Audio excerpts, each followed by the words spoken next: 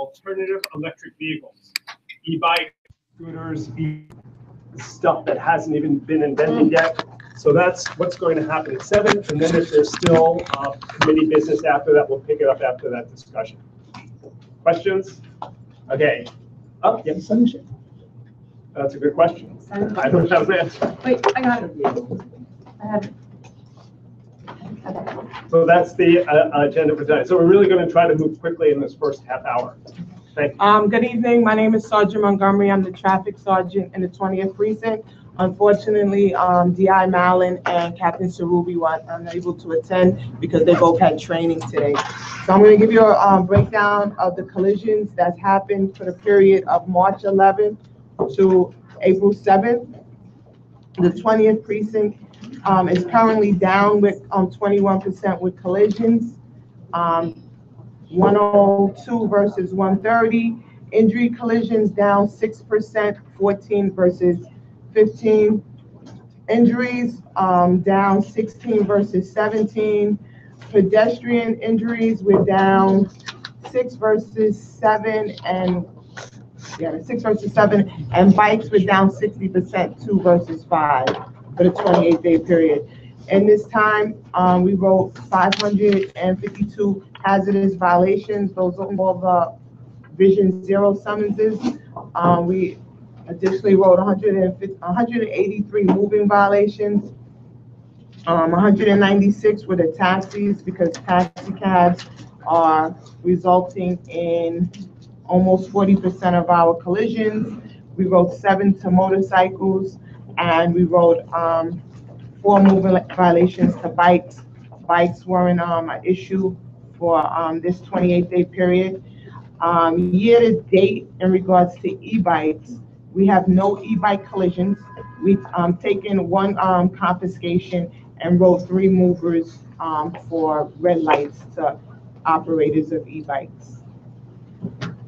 In regards to the pedestrians, the 6 pedestrians, there were 45 summonses issued for drivers making left turns for fail to yield to pedestrians, but we had 6 pedestrian collisions, no summonses written. 3 were for leaving the scene, and 3 pedestrians not in the crosswalk when they were hit, and the only time you can write summons is when they're in the crosswalk. Any questions? I have a little question. So, you used to phrase today, I'm embarrassed that I've never picked it up before, I don't know it. Vision Zero summonses. Vision Zero summonses are disobey signs, cell phones, texting, speed, red light, improper turns, and fail to yield to pedestrians in the crosswalk. That's under Mayor de Blasio. Vision Zero. This is the target. Yes. Target. Sergeant, you break down when you say taxi cabs between 400 vehicles and yellow taxis? No, they just go in the system, into the form system as taxi cabs. It's taxi/livery. So they are included in that subset? Yes. What would we need to happen for us to get that data separated out? I really wouldn't know, because it's just the way the computer. No. I mean, I assume that they don't even do it. You have to be like You would have to whole pull out all the program actions change, and then pull out all the summonses, and it'll be a program change. Any other questions? Any other questions? Thank you so much. Thank you so much. Yeah. Actually, I now have a question. We're going to be talking about e-vehicles tonight. So before we let you go, do you mind if I put you on the spot and say, just a quick review? So which e-vehicles are legal, which ones are basically undefined and not legal? The ones, I am not an expert on this. I can only say, the ones that have the throttle, those are the ones that are illegal. The one that are pedal assist are legal. So the ones as a general rule. As a general rule. And if we do take the throttle e-bikes, it is a $500 fine, either to the cyclist that's on the bike or to the restaurant, which most of them deliver to. Most of them will not have on delivery vest and everything that they're supposed to have. So they'll take the fine, they'll take the summons, and usually within 24 to 48 hours, they go down to Old Court, pay the $500 fine, and we have to give them their bike back. Thank you. Colleen, Oh, sorry, do you have a question for I do, yeah.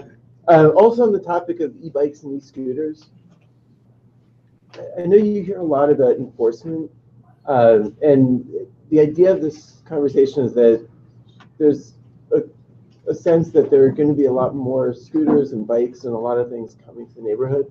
Are there some things that are easier or harder to enforce? So I'd imagine people riding bikes slowly is easier to catch than people going 30 miles per hour. NYPD policy, we don't chase bicyclists, we don't chase motorcyclists, and we're definitely not going to chase that person on an e-bike, because it gives the risk of them jumping on the sidewalk and hurting a pedestrian is more than a vehicle.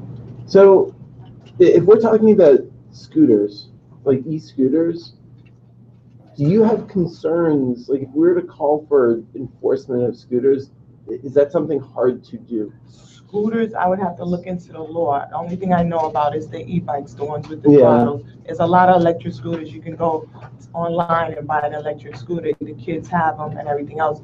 This city is saying that you can't ride them on the city streets, but upstate you can have them. So it's just whatever the city council decides to do in regards to changing the law. Would you have concerns about the ability to enforce? Are they hard to enforce, or is it? We enforce bicyclists every day, Yeah. so it wouldn't be hard to enforce at all. Okay, we have to keep it, thank you so much. Yeah, thank you. Quick report from Colleen on the status of the outstanding matters. The Amsterdam, Columbus Circle, Central Park West. Sure. So, Colleen Chattergood from City DOT. We will be coming to the board, I think either in May, but before that, we're going to have a pre-meeting with the board and the elected officials on Central Park West Bike Lane. So that's in the pipeline of being put together. That's this month? Yes, that's Great. this month. And then the other issue is that with Amsterdam Bike Lane, implementation is scheduled in late spring. We met with the Lincoln Center this morning to talk about their trucks parking out there. So implementation is scheduled in late spring. The other issue is that we've approved some loading zones, and there's a letter that's being put together that we're going to send to the community board. I don't have the exact numbers of how many, but it's quite a few places that we've permitted. Great. And last but not least, Columbus Circle. Columbus Circle is late spring as well. Fantastic. Yeah. Thanks so much. And we'll be hearing from Colleen later tonight on the e-vehicles. What's that? So we have a presentation. Colleen, any update on the rotunda, when that might begin? We're looking to I spoke with Roberta. We're looking to come to the board in May to give the final presentation on that. That'd be And with the joint committee. Thank you. Thanks so much, Colleen. Someone help Yes. set up. They're going to do a quick slide. So these are people from Target, I guess? I'm sorry, we haven't finished this. I'm sorry, I thought you were ready. Okay, first order of business is West 61st Street. There's a request to create a loading zone on the north side of West 61st Street, which would accommodate deliveries to the new Target store, which is on Broadway. And they said the presenter, so if we can turn on the slide projector. Which computer do we use, Rich? Let's try to use Elizabeth's. Don't we use ours? Yeah, use ours. Yeah, actually, let's just use one of ours. It's fine.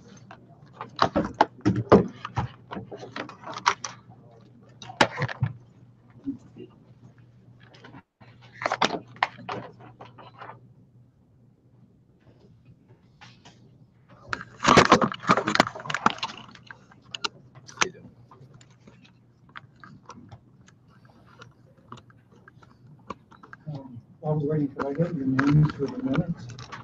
Sure. I'm Martin Piazzolla from Avalon Bay. Can you spell that? Sure.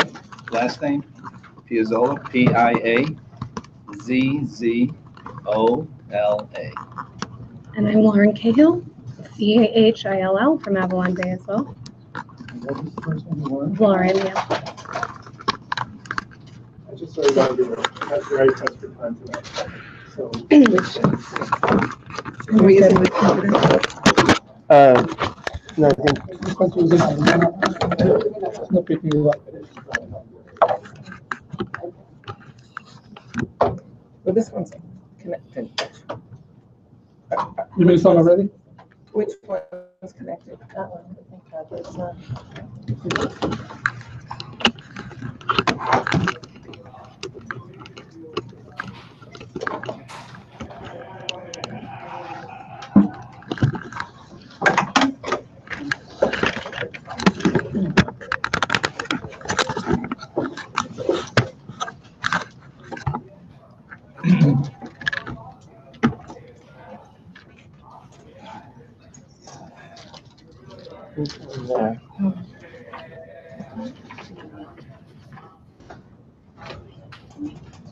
Jerry, you want their,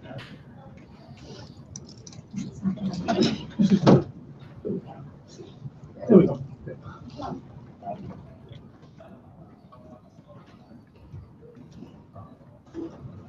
should we get the mic? I got it.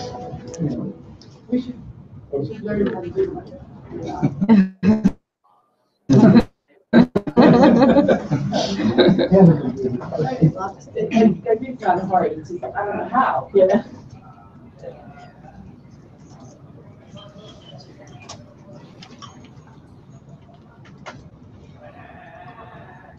The target loading zone. The third, yeah.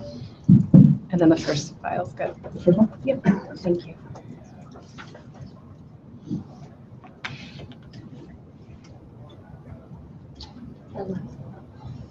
Okay, we'll try the PDF. You just have to hold the mic. The PDF didn't work. You have to pretend you're a rock star. and hold the mic. Testing. Testing. There you go. Yeah. There we go. Great. Perfect. We'll make this brief. Thank you, everyone. This Marty and myself as Lauren Cahill, we're at the Avalon Bay. We are the developers of 15 West 61st Street, the Park Loggia. You can move to the next slide. This is just context of the site. It's at 61st and Broadway. Go to the next slide, please. So it's primarily a residential building with roughly 191,000 square feet of residential, which is condos, and we have 70,000 square feet of retail, and it's overall 32 stories. Next slide, please. The retail component is roughly 70,000 square feet amongst 4 floors. You have at lower levels, which are approximately half, and then the ground floor that's 15,000 square feet, and the second floor that's 20,000. We executed a lease with Target in the fall of this past year, and it's for 35,000 square feet, and it will be on the lower levels, and it will have a small presence on the corner of 61st and Broadway. It's a small, that's the main entrance. So we don't have it rendered yet in terms of Target, but that's going to be the main entrance for Target. On Broadway? It's Broadway and 61st, so there's going to be 2 entrances on both. It's just an overall elevation. Go to the next one.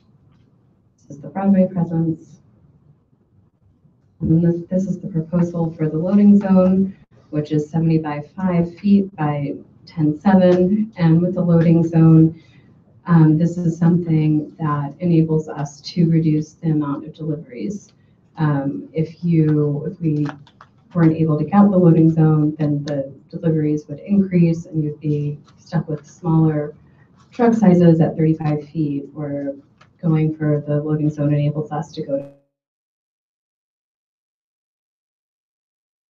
to trucks, and therefore it reduces the overall number of deliveries, and then you don't have the loud noise of backing up and trying to get into the loading zone. We've worked with DOT, and they wanted to reinstate the taxi stand. So as you can see, right on the corner of 60th and Broadway, or 61st and Broadway, you see the proposed taxi stand, which is roughly 50 feet off the corner, which is to reinstate the proposed taxi stand. It's roughly 2 spaces, and then the proposed loading zone is directly west of that. Yeah, just to be clear, the thank you. The loading dock is to the far left. You'll see there's two bays for the loading dock, far left. Far left on the screen. This is the last one Correct. on the left? The Yeah. very last thing on the left-hand side is the loading dock. So- And then the proposed loading zone, you can see at the bottom of the image towards Broadway, that shaded area that says proposed loading zone. So things will go along the sidewalk there to go in? You'll be unloading Is that what on the that- sidewalk and walking. Correct. And is there a reason? Yeah, why the loading zone is over here? Because that would be blocking, we have, to the right of the loading dock is a porte cochere, and you have two curb cuts there for a car to come in and to leave. And so we would need that entrance clear. And early on in the process, we were asked to put the loading zone actually as far to Broadway as possible by the local community. Two questions. Was the porte cochere already there? No, that's That's new. No, the porte cochere was part of the development. The white That's box, the loading Yeah. zone. no. Okay. The This dock is to like- the left this of is that. what? That is called, that's a porte cochere, and the furthest gray area of the image, where cars can the right where your hand is where the loading dock is. And this area is where. So what's the approximate distance from the loading zone to those loading docks? How many feet would you say that is?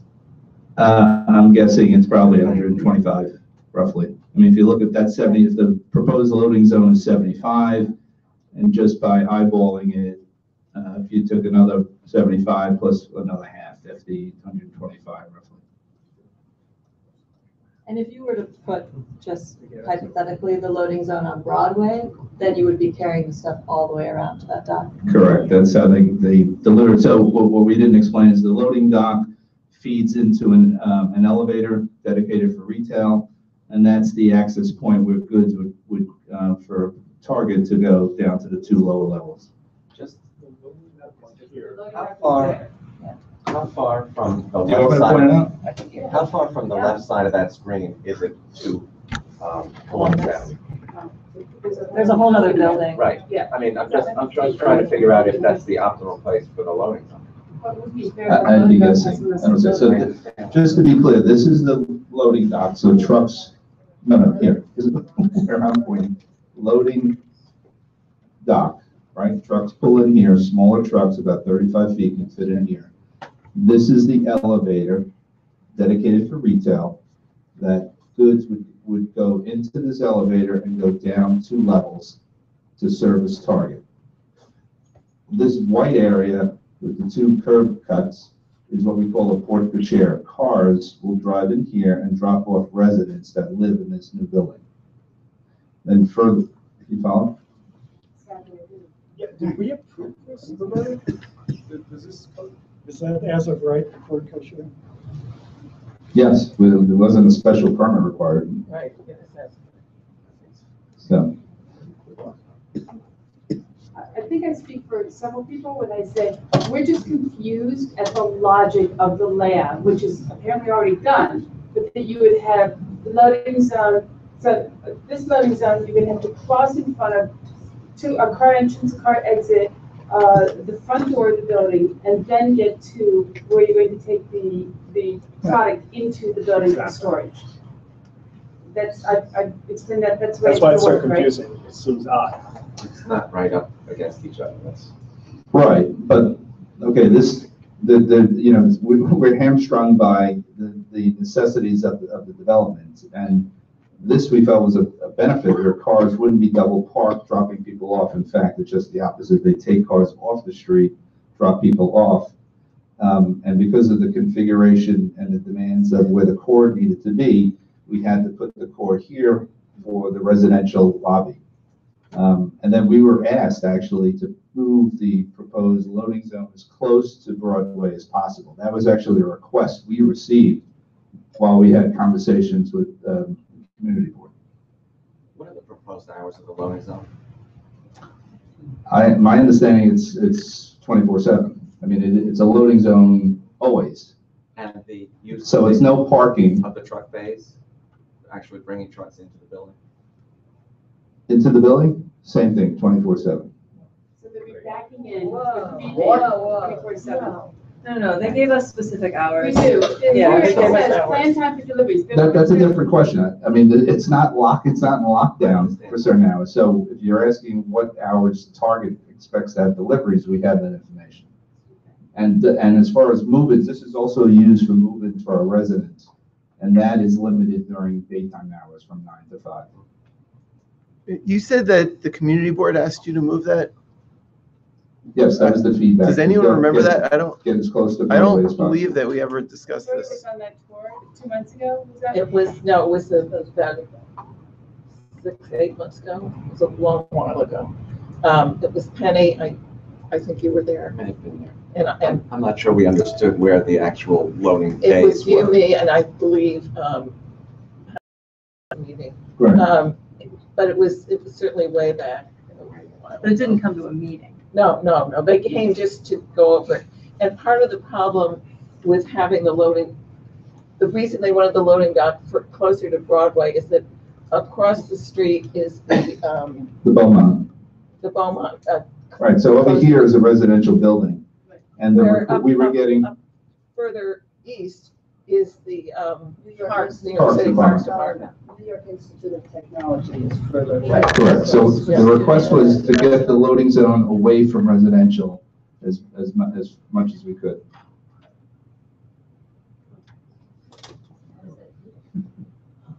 How does that do what? How do you expect people to live there? The nearest existing residential building is right here. That's where I live, so how you The going to Beaumont. expect us to monitor your trucks going in and out 24/7? If people sleeping up there? What do you mean by But monitoring? I mean, you're saying your trucks will go in and out 24/7 in that loading zone. The question was, is the loading zone open 24/7? And I said, yes, technically it is, but there's the timing of the Target deliveries is very specific. And you have it in front of you. I do. From a Okay. general hour standpoint, Target's flow center deliveries are from 4 a.m. to 8 a.m., 2 p.m. to 4 p.m., 8 p.m. to 12 a.m. Grocery deliveries will likely take place early morning, 4 a.m. to 8 a.m. Lastly, vendor deliveries typically take place from 7 a.m. to 12 p.m. I'm not sure how people are going to use that zone for moving in, 9 to 5. Well, there's 2 bays. And so we would only have 1 or 2 move-ins a day maximum. So 1 bay would be for residential, 1 would be for retail. So you can only guarantee there won't be trucks between midnight and 4 a.m. Pretty much. No. I think noon till 2. It's 24 Well, hours. according to this. Right, according to the schedule, that's how it works out, yes. Like, is that the schedule with the loading zone? Because I thought part of the reason for having the loading zone in the street was to have fewer. Correct. It's the same. It's the same. Well, there's fewer deliveries with the loading zone, because they can deliver more goods in bigger trucks, actually. Start the deliveries later in the morning and end them earlier at night so people can sleep. We'd have to check with Target. We're not sure about that. How wide is the street? Very narrow. Very 34 feet. I'll give you the number. 34 feet. And the trucks are 35. Okay, calm down, people, wait. Every time to talk. I walked it last night, they're right, it's a small, narrow street that has parking on, the far side, it originally had parking on the south side of the street, which was taken away when City Parks moved in there. Started the construction. Right, and now there's almost no parking on that side of the street, although there are still cars there, even though there's no parking allowed there. What are the physics if it's a narrow street? Richard, the question that's been raised is that when you've got how long are these trucks here, 50 feet? When they're turning a corner, how are they going to be able to turn and not crash into cars that are parked on the south side of 61st Street? And, are the trucks coming out of the bay going to be able to make the turn onto the road, again, without crashing into cars parked on the south side? But that's an argument for But that's an argument for the no parking on the south side of the street, right. right? But that's not Which is before our us. Which is second the second issue, thing, second yeah. issue, right. We're just determining the loading zone. We're not the other. I mean, are there any more questions of fact? Not opinions, question of fact. Committee first, Ken. Okay. The difference between the loading zone and the non-loading zone number of deliveries. I added them up, and it seems to be only 2 a day difference. You'd have 2 fewer a day. You'd have between 6 and 10 a day with the loading zone. Right. 8 to 12 a day without the loading zone. Right, so it could be in the worst case, it could be, in the best case, it could be 6, in the worst case, 12, right, if you're looking at the ranges. So it could be as much as half the number of deliveries. Well, the range without the loading zone was 8 to 12. Right, and with the zone, with the loading zone, it's 6 to 10. So it could be as few as 6 versus as many as 12. So it could be as many, roughly 50% of the deliveries. Yes. Question.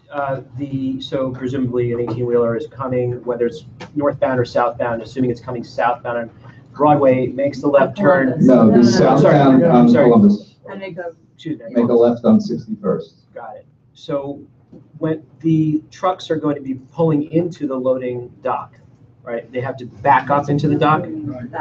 Yes. So they have to, for lack of a better term, jackknife, right? They have to back up, turn the cab, and go backward into the bay. The expectation on the 18-wheeler is not to use the loading dock. These are smaller box trucks, as they call them, 35 feet. So it's a much easier maneuver than with a. Thank you. What kind of, is there parking there now? What's there now? Well, it's construction. There's a construction zone. So what was there before the construction? Was it paid parking? Bible Center. I think it was parking for the park. There was alternate side of the street parking and on both sides, and then they eliminated the alternate sides for a construction zone, which forced the Parks Department to park its cars where the alternate side on the south had been. Excuse me, sir, but that's not true. That was a loading zone on the south side of the street. It had always been a loading zone until the Parks Department moved in, and then the Parks Department added their parks permission to park there. But the entire length of the street was closed except for as a loading zone until 6 o'clock at night. That's the way it was. And I've been there for 36 years, and that's the way it was. And there was an existing driveway here with the old American Bible Society building. This was effectively where the driveway was, where they had their own deliveries and parking. It's in the same spot as where we have our loading dock, same exact spot. Yeah, a question of fact. We talked about how the street is narrow. What are the physics for being able to back a 35-foot truck into that loading dock? What spots are needed to be left open? Do you need the entire width of the street? How much traffic are you going to be blocking? How does that work to back a truck in? Well, the fact that there's 2 bays here, I know it looks very small, it's hard to imagine, and we're all picturing these big tractor trailers, but for these, because we have back to side-by-side loading docks, a box truck that's 35 feet would actually have a pretty easy time getting in here. I mean, they may have to back in and do a little K-turn and come back in. But I don't think it's requiring any spaces to be blocked or cleared. Do you have any statistics on the volume of traffic that goes across 61st Street on a given day? I do not. Or anyone, maybe, I'm asking only because of the bow tie that got reestablished at 66th Street. Cars are on that street, yes, it's constant block. That's a huge question for me is how this is going to impact the cars that are already going down that street. The other question right on that is if congestion pricing comes in and 60th Street is the line, everyone who doesn't know what they're doing will make the left-hand turn on First Street. Or they can't make that left-hand turn because there'll be so many trucks that block Columbus Road is backed up. Well, wouldn't it make sense though if for Target? Can people hear okay with it for those who are without the mic? Okay. Yeah. But without the loading zone, you'd be forcing Target to double park, and that would only make congestion even worse under any scenario. Yeah, I mean, it's like, okay, anyone else in here? Okay, question of fact, the woman right there. I just have a question about, you mentioned the larger trucks on the end of the street. Right here. Okay, so how are they getting their boxes and their deliveries to that loading zone? I imagine they'll be dragging them across, down the street, making a lot of noise at 4 o'clock in the morning. No, they'd be using. And they'll be using carts of some kind, correct? They'd be using either a manual hand truck that makes no noise. It's on wheels. No, it's a manual hand truck.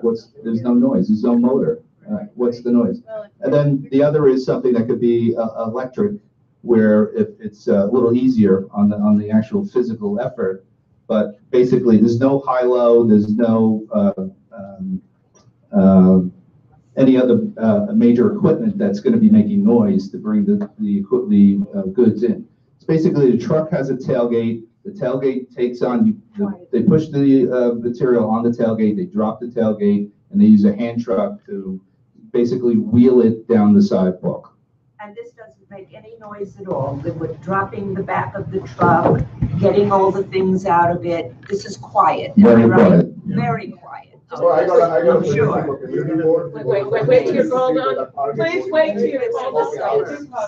I'm asking for people, not opinions now, questions of fact. This gentleman here. No, okay, I'm sorry, Okay. you'll be next. Since the bow tie, quote unquote, improvement that was made, our traffic has doubled on our street, absolutely doubled. We're also forced to take every single school bus that comes down now has to turn at our block as opposed to where they used to go down and they could turn onto Broadway. Now they must come down Columbus, they turn on our block and they go up. So the numbers of school buses in the morning and the numbers of school buses in the afternoon that are coming through that zone all by itself, the school buses, has reached the proportion that is at least 12 to 15 a day that comes through that area. Now, how those buses are going to get through with trucks that have to be backing up all the time on the hours that are planned at this juncture makes the reason why we're here to complain about this and why we were looking for this not to be approved. Well, the loading zone would actually take the truck off the street. That's the Loading point. zone, excuse me, the loading zone by your own estimates will save us exactly 2 truckloads.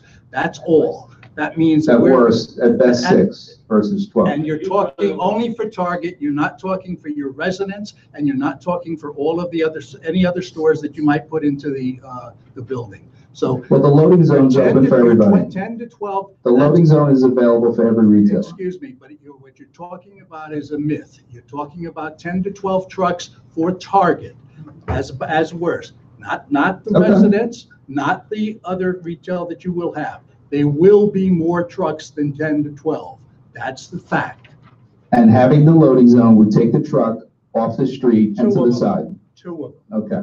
So what the point I wanted to make, we seem to be taking for granted. It's either the big trucks or many small trucks. This development was done without any regard for the community, without even thinking where you're going to put the entrance or the trucks or anything else. Why don't we consider not having Target there, limiting the amount of delivery that can be done, because this is a residential community, and let somebody else, like a school or something else that doesn't require deliveries, so we don't create this bottleneck, this gridlock, this noise and everything else. Let's not take for granted it's either going to be the big trucks or many, many more small trucks. Let's not take that for granted. I urge you.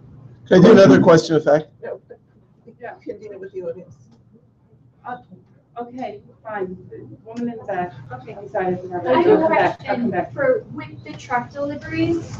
Is there a game plan when there's a truck waiting for another truck to be leaving?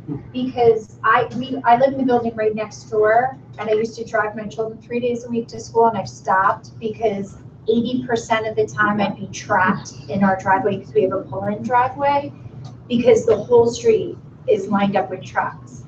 Like, so are they supposed to be waiting on Columbus before pulling? Because when you have that and then you have the garbage truck, I mean, that's like 15 minutes of being held up. Right. That's a great point, because the loading zone would then create more, a relief from the loading dock. It would-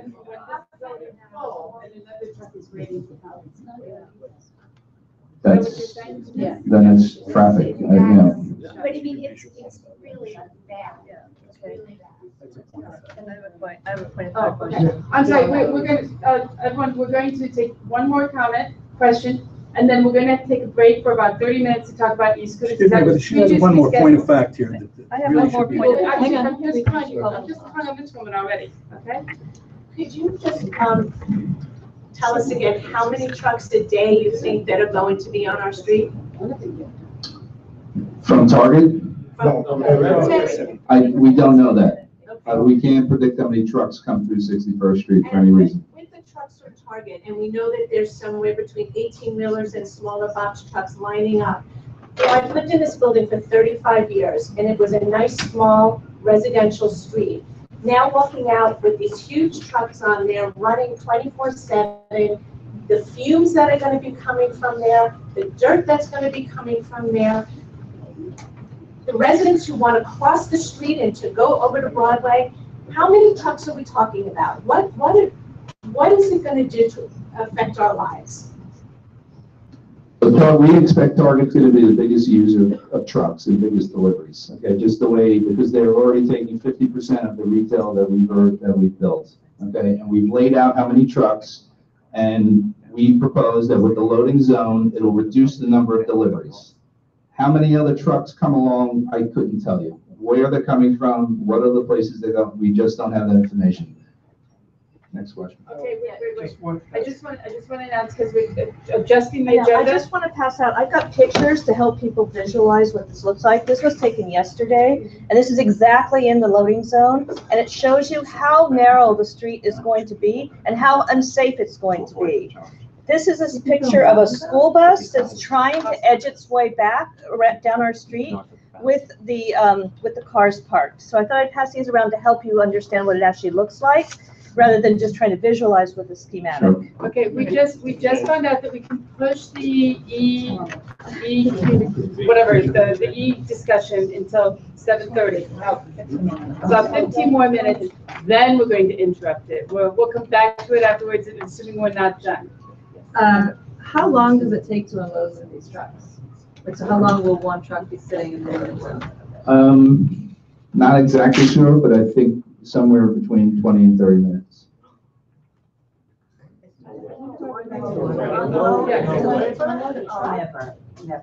Never.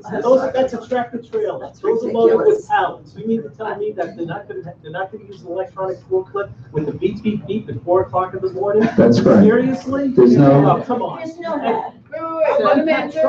He was asked a direct question. Let him answer. We were told no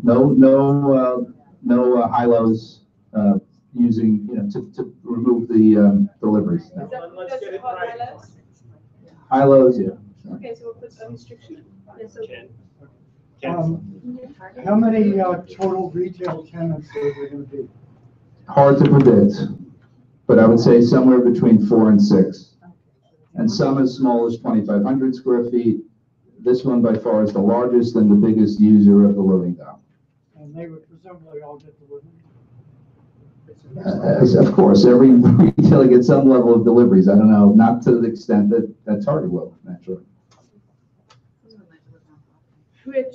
Yeah, how many square feet of retail space is there, and how many square feet is Target getting? So you said it's over half? 70,000 square feet on 4 levels, and Target's taking about 35,600 square feet. So they're half. Yes. And there's still half more, which presumably would want the same. Well, no, because the rest of the space will be broken down into 4 smaller units. One tenant is taking half, and then the other 4 or 5 is splitting up the remaining 30,000 square feet. But assuming they sell the same volume, it doesn't matter whether it's 4 taking a There quarter. are different. There's no competitive Target that will be taking other space. Do you have an agreement with Target that you determine the hours of deliveries versus Target determining the hours of deliveries? No, we do not. Target determines it. Target needs to run their business to operate and succeed, yes. Is there any agreement or provision for someone to, I'm going to call it, supervise the use of that loading zone? One of the things that we see is that people create loading zones and then park outside of it and use the loading zone as a staging area. And that can obviously interfere on a narrow street with the benefits that you were offering to us. So I'm just wondering, is there any kind of mechanism in the form of a person who could direct the trucks to the loading zone so that they would use it as you intend? Well, my understanding is it's a violation, right? So the police would be policing, and that's their job. No, we don't have a person that's going to be standing at the loading zone and make sure that there's not sure what you meant by staging, but it's basically there to for trucks only.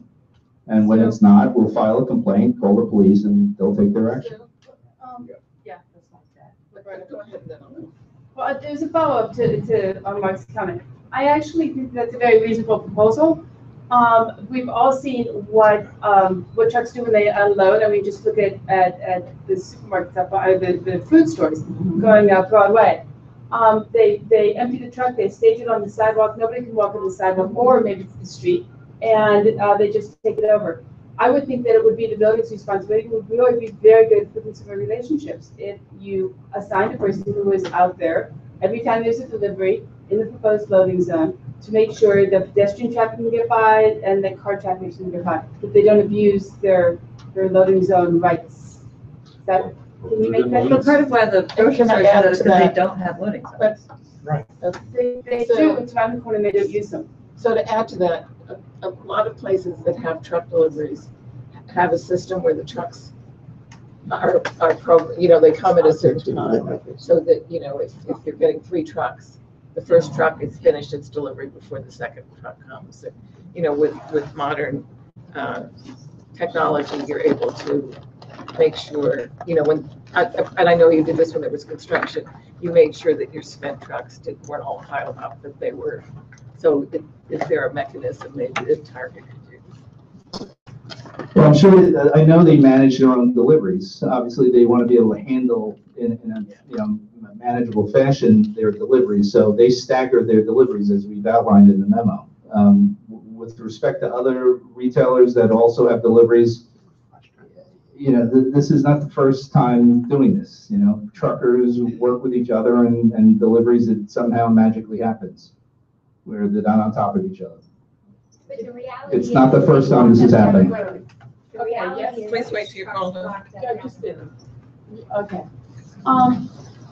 So it just seems that there's very few options here, to be honest. The lease is already signed by Target. The loading zone will lessen some of the double parking. I don't know how we get rid of Target at this point. What do we or get all about this retail Target? space. Well, they have a legally binding contract. I mean, We just don't to have be the clear, ability to break their yeah. contract. No, You didn't sign that contract. we decide, we live over there, we want it, excuse me. What do you mean they have the right and we don't have any right away? That's what you're saying, Target is important, not us who live there? No, So I'm that's saying, what you made a statement, their lease is. No, I that's said- not what she said. I said, we have no power here. Yeah. I'm actually still good here. That this is a commercial lease, a commercial building, and the city gave it certain rights to sign contracts with certain retail people. And while as much as it seems like this is a horrible situation, I think what we need to do is go to DOT and ask them what solutions they have regarding the turns for the school buses, the turns they're going to have for congested parking, what they're going to do about the south side street. We're stuck with this. I think it's the most ridiculous plan I've ever seen. I've only been on the board for 7 or 8 years. There might be more ridiculous plans. But the concept of the loading zone being here and the entryway being down there, traffic, pedestrian, cars, sorry. I think I speak on for more than me to say, I don't know who thumped this up. So Susan, and just, hi, Colleen from DOT. Before Avalon Bay came to the community board, we took a look at the loading zone and we did our analysis as well. We had someone go out there and we found that the site is to be feasible for a loading zone, just so you know. What is the criteria that you guys use for reasonable? We look at the land use. We definitely looked at turning radiuses of the trucks that would be coming and occupying the space. We looked at the parking regulations, and that was the reason why we were able to minimize the taxi stand to accommodate the loading zone. So we looked at it and we thought, or we think it's feasible to move forward with it. Okay, Ken has a question for Holly. As do I. I never looked at traffic patterns. Excuse me. I have a question, Colleen. Did you look at, it sounds like if they get the loading zone, it's going to invite at least 2 18-wheelers on the Upper West Side, which before wouldn't have been there without it. Did you look at that, the danger of 18-wheelers as opposed to 35-foot trucks? Avalon shared with us the trucking needs, their operations. That was something that was discussed. It was also discussed when we had meetings. I was part of the meetings with the community board on this.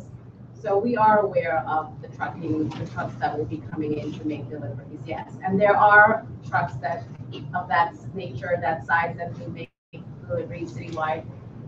So yes, we are aware of it. Rich? Yeah, another question for Colleen. I just want to confirm what is and is not included in the DOT view, and is the impact on the sidewalks and on the neighbors part of DOT study, or is it just on the impact on the street and cars? We look at the traffic, we look at sidewalk space, yes, we do. And of course, we always take into consideration pedestrian level of counts when we're out there giving or renting a loading zone space. And again, the loading zone is not only for Target, it's for other retail that's in the area. So keep in mind, it's not specified for Target. What is the size of the other loading zones that we asked for and you just granted us? Is it the same size or different? It's different size. Okay, this one's bigger. I have a question. If you didn't put the loading zone in there, what would go in there? Parking? Oh. Parking and then, Traffic. Yeah. then, Yeah.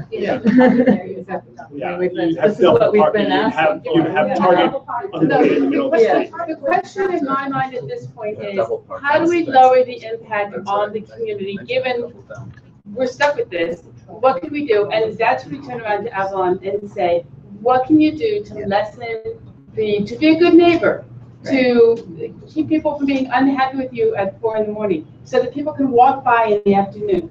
What more can you do? Can you have a person out there watching, making sure the trucks are unloaded properly? Can you have a person out there making sure that they are not using the electric high-lows so that they're beeping in the middle of the night? We'll ask again, Target, if they're willing to commit to that, but when we asked how did the deliveries actually get made, they say they don't use high-lows, it's all hand truck, which is on rubber wheels by a person pulling the cart, or it's electronic where it makes it a little easier for someone to pull the cart. So we could ask, but Doug, I mean, as someone who signs these kind of leases, like, what's the industry standard for? I can't, in full disclosure, I work for the company that represents Target, and I can't Okay, excuse me over here. That's right. I live on the west coast. That's right. That's right. Now, the Target stores that I know are either urban mini stores, which are not much bigger than any small grocery store or drugstore, like typically smaller than a CBS, or giant mall stores with hundreds of thousands of square feet, 100,000 square feet, and tons of parking spaces, and they can do their mayhem at 4 a.m. because there aren't people living around them. I think this is absurd. There's a point of information. Well, The the lease West Coast, it has would been make sense. signed. Yeah. So we need to figure out how to do this now. The lease has been signed. Excuse me. Yep. I haven't heard anybody talking about Columbus Avenue. We have parking, you have trucks that are going down Columbus, you have trucks that are going to CBS that pull in on Columbus. We've seen the 55-footers. The 55-footers come in, they stay for all intents and purposes 3 to 4 hours at least in order to be offloaded. They block the sidewalk and what have you. Why isn't that loading zone on Columbus Avenue right around the corner? That's one small little building that's right in that area, and if you're going to move it, that's the place to move it to, not in the end where it blocks the street entirely, and that would be the way to do this. But is there anyone from that building here? I'm curious. Yes, somebody was just speaking from that building. Colleen? There's a bike lane there for now. Colleen? Is there any possibility the DOT would look at to moving it onto Columbus? We Or were Broadway? asked to look at the specific location here. We were not asked to look at Columbus. But I mean, I'm assuming that people in that building wouldn't be so happy about having the materials pulled past them all the time. They would come to the next meeting. You know, the other situation you haven't discussed is the fact that you're going to have 272 apartments in this new building, and all of those people are going to be listening to the noise, what have you, and they're not here to talk about this right now themselves. But we're here to talk about it, but they're not here. They'll know that when they move in. Yeah, they'll just find the out. corrections, 172. I'm sorry, 170. Same question about Broadway. Why can't we have a loading zone on Broadway? Then you just have to look further along, you know? Yeah, but you're not blocking traffic. You're not having a ton of trucks driving on I 61st have Street. an answer, but I don't think Broadway is a solution at all, and there is an auditorium there that is quite busy with a lot of pedestrian traffic, and you cannot have a loading zone. No, but there's a lot of pedestrian traffic, and Broadway is generally much not wider street. workable. And you're carrying the goods even that much further and you're blocking more sidewalk.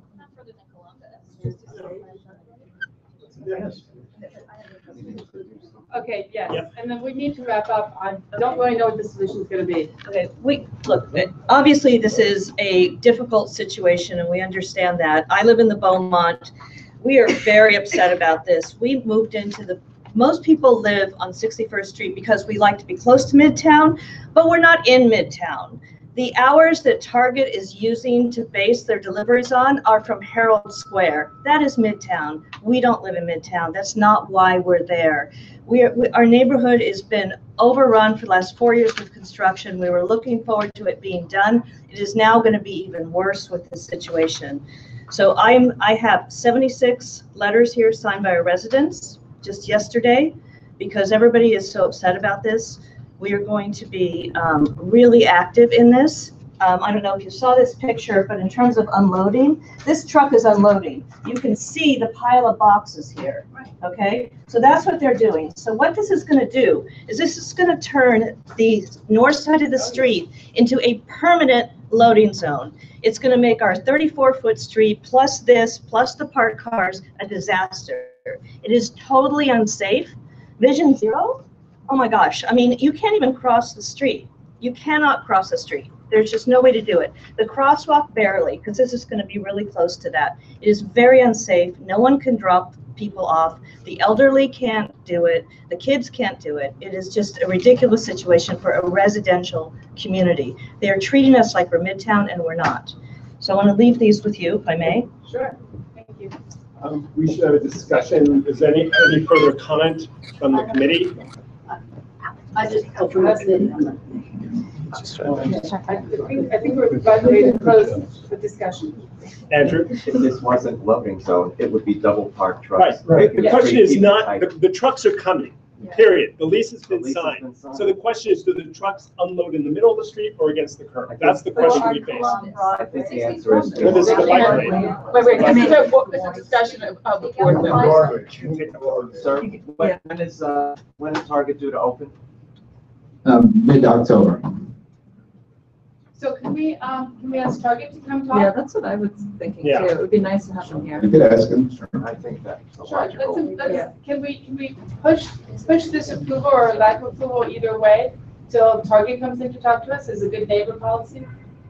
At least give them a month to see if they're willing to come. Roberta? I mean, we can't make that Roberta? timing. I think it's fine. The problem is, it might be June rather than May. It depends on we're having the Rotunda meeting. Okay. I'd really like to have it as long as, we've got time before. I have a question. Do we have time? Are we going to lose our, is this happening? Connie, do we have a window here where we need to? Yeah, you have all the time. We have all the time. Then, Well, can I move and say the evening? Yes, let's postpone it to. So DOT won't approve it until. Target to come in to address community concerns. So we got a resolution. Right, I think that's good. They want a resolution from us. They're waiting. So I'm sorry, so when is it postponed to? No, wait. We'll let you know. It's either May or June. No later than June. I'll That's try to okay. get Target in here to speak with them as well. Yeah. So Should we talk about the next one then, or should we just wait? It's kind of a bundle. Okay, so what we're going to do now, people, is have the e-scooter conversation. Anybody who wants to talk about the, no parking. Wait, no, we need the screen. Howard, we need the screen. Howard, we need the screen. Should we also push that, because it's sort of a bundle of issues along. Let's go to, go to the web. Speak to it. They can do that. So anybody who wants to speak to it can speak to it at, Saturday, 8 o'clock. We'll all still be here. Oh, I get the, e-scooter procedure? No. Yes. Yes. You can come forward if you like. Oh, so we can come in and get a seat. We're just setting up. Relax for a minute, we won't get you, we'll put you in very soon. Wait, I still need it. Yeah.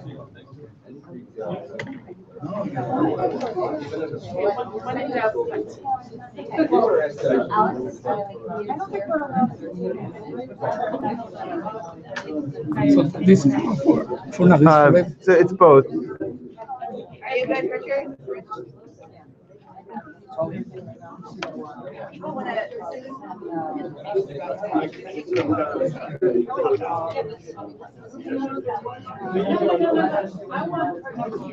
I go full screen. And,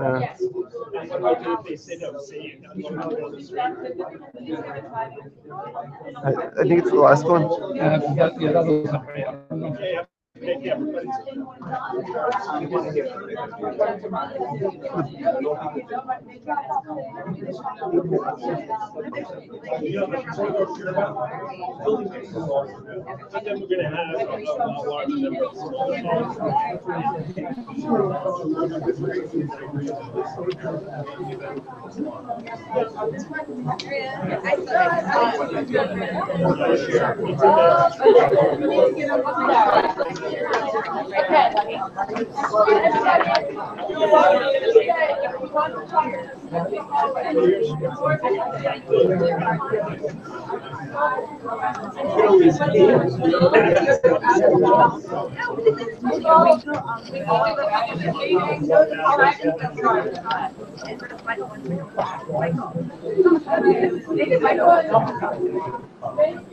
You want to talk about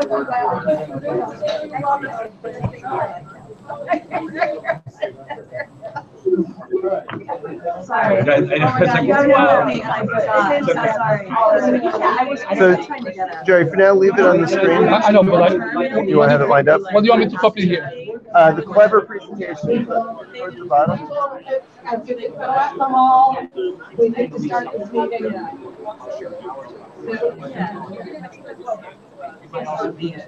I don't know. I've never seen it.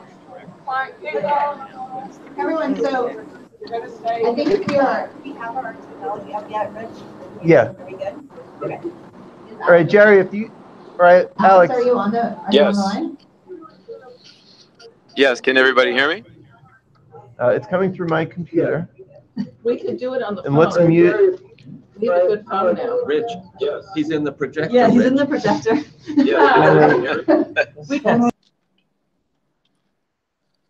I can't hear the room now. I don't know if you can hear me. Okay, yeah, we can hear you. Okay, hi everyone. From this phone. Dial on our phone.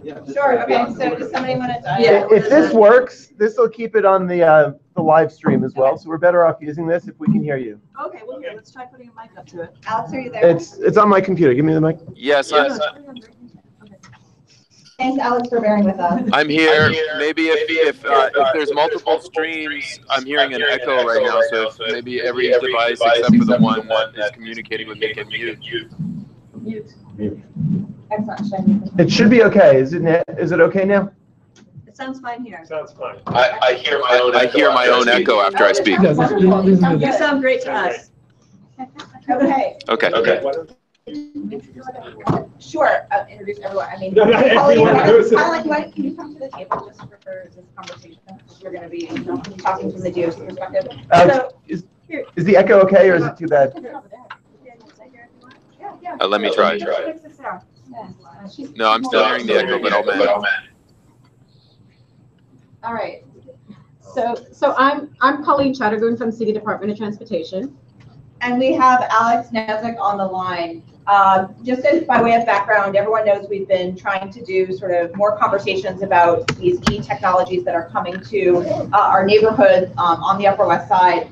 Our committee started talking about this a couple months ago in the new year, and we had hoped to have a representation from government as well as from one of the scooter companies. What's interesting about tonight, and just like everything else, for those of you who know local politics, is that for many of you, you saw in the budget that e-scooters were not included in the budget. So whereas we had hoped to have a very robust participation from both the companies and from the state legislature tonight, we do not have that. However, we are very fortunate to have Colleen here, who sort of knows the inner workings of how this might work if it gets done. What we'd like to do tonight, though, to start out, in the absence of having Bird, Jump, or Lime here, who are the three companies who all want to come and speak to us at some point, once this legislation gets more fully fleshed out, is have an entrepreneur who is working in Los Angeles, actually in a city where e-scooters are actually up and running and working day by day. And so what we wanted to do is spend about 10 minutes hearing from him. And again, Alex, thank you so much. It's Alex Nezik, who is the Chief Business Officer of Clever, which is one of the sort of very unique startups focused on mobility as a service, looking at scooters along with other sort of clean mobility technologies. And what he's going to do tonight is really just give a landscape of like what's happening with e-scooters generally in cities across cities in the U.S. and across the world. Then we'll turn it over to Colleen to talk for a few minutes about where things stand with what's happening in the city. And then what we really want to do tonight is have this be a very informational discussion with members of the community to pose questions. This is being live streamed tonight and it'll be recorded, so we can take those questions and those concerns and things that we think are very promising about this new technology back to our legislators before they actually craft the legislation, and we can get this sort of on the record that CB7 has been involved. Other community boards have already voted on this. Personally, for me, I think that's been premature. It's been before there's actually been a robust discussion about the issues. And so tonight is the first step of hopefully a number of conversations we'll have. So I wanted to turn it over to Alex again. Alex, thanks for joining us from California, and look forward to hearing you for a few minutes about all the great work you're doing. Yeah, hi everyone. Thank you so much for having me. The current council legislation is anyone to read about. Yeah, So we don't have video. Oh, there's no video? Please go on. Yeah, I'm actually parking right now at my kids' school, and I'm sitting here having this conversation. So if I show video, it'll just be me in my car, but I do have some slides to share. We have them. Hopefully your side can put them up. But before you do that, I'll cue you. I want to introduce myself and Clever in general. So as Elizabeth mentioned, we are based out of the Los Angeles Clean Tech Incubator, which is a space specifically dedicated towards this new type of technology and electrification and sustainable. We have been looking at this space very closely, and in fact, we are a company that promotes intelligent, light electric vehicle solutions. So light electric vehicles, as the industry calls them, is anything smaller than a car that is powered by a battery. And we believe that this type of shared micromobility has tremendous potential to solve a lot of the transportation woes. In fact, to be an integrated part of public transit, solving that proverbial first mile, last mile issue, as well as being a really flexible tool for the transportation toolkit writ large to deploy in underserved areas in public transit deserts that might exist, whether they are geography-based or time-based. Currently, the cities have all been kind of managing this in a reactive way. By that I mean, companies like Bird and Lime deploy without permission in most cases, and cities are immediately put on the defensive, essentially are limited to herding cats and trying to create a regulatory framework that allows for this type of deployment to be somehow managed. And so cities like Los Angeles have come up with pilots. Austin, Portland, Santa Monica, San Francisco, all have pilot frameworks of a varying kind, where they levy a business license, a permitting fee, and a per vehicle fee to deploy in the city. They require insurance coverage, and then operators have to apply and deploy. That puts a lot of pressure on cities to try to manage what amounts of private sector using the public right of way. And Clever's position on this is that we never deploy in any city unless we have already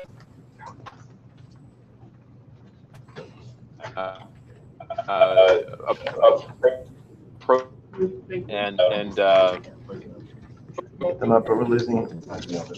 the city, the Department of Transportation, Public Works Department to really be on the same. Alex, Can everybody still hear me? Yeah, you're coming in and out a little bit. Yeah. Tell them to repeat the last couple. Yeah, can you back up 20 seconds? Okay. So, sure. I was mentioning that Clever will never deploy in any environment without explicit permission and cooperation of its cities. In fact, our business model, if we can achieve it, is to become a fully integrated part of the public transit ecosystem. And to that end, we have a couple of pilots in California where we work directly with the city, and our devices are deployed as part of the city transportation service, and we are just behind the scenes in somewhat like a bike share. So let me run the presentation really quickly just to be assisted by visuals. We're opening it now. I think it's the. If you could go to the first slide. We can't. No, it was this computer. Is you logged in as a guest? No, I have to log in as something. I'm trying to do screen share on Hangouts, and it's I don't know if that uses more bandwidth. Looks like you have it. Okay. Yeah. Okay. Yeah. When I tried using screen share on Hangouts, it was causing the audio to have problems. Or I don't know if it's related, or it might be using up too much bandwidth. You have to log in on a different account. I know. Computer. Because it said you're logged in as guest. But we have to then shut everything down and start over. Do you? So maybe you just sign in as a different user. Go to the start button. I have a question. Yes. And then So my understanding is that where it says that right now electric scooters were illegal. Yes. And they were going to make them Yes. legal. Yeah, so maybe while we're waiting for this to get loaded up, Switch user. Colleen can so it's going to clarify switch user, yes. So right now. ideally, it would have been great if the electeds were here to talk about this because this is their purview. Yes, e-scooters and e-bikes are illegal in New York City.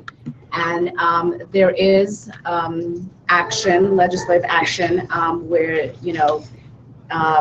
there's a proposal that they're putting together to I don't know, I can't say if it's to make it legal or whatever the case might be, because this really is an issue that has to be dealt with at the state level with, state legislatures.